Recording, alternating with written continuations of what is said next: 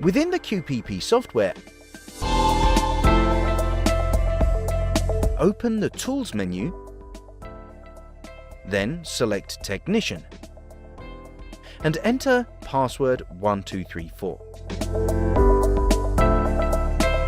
Then open the Maintenance menu, select Motion Control,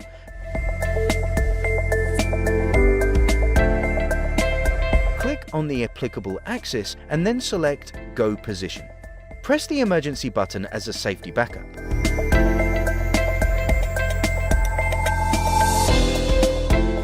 On the left side of the printer, open the service doors and identify the defective filter. As ink may spill from the filter onto the print heads, you may want to cover the print heads with a clean rag.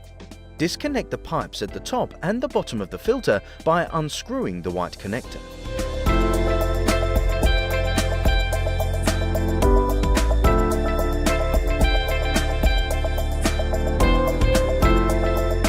Remove the filter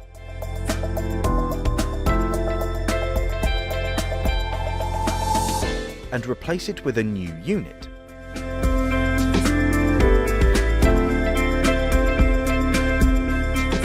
And reconnect the pipes.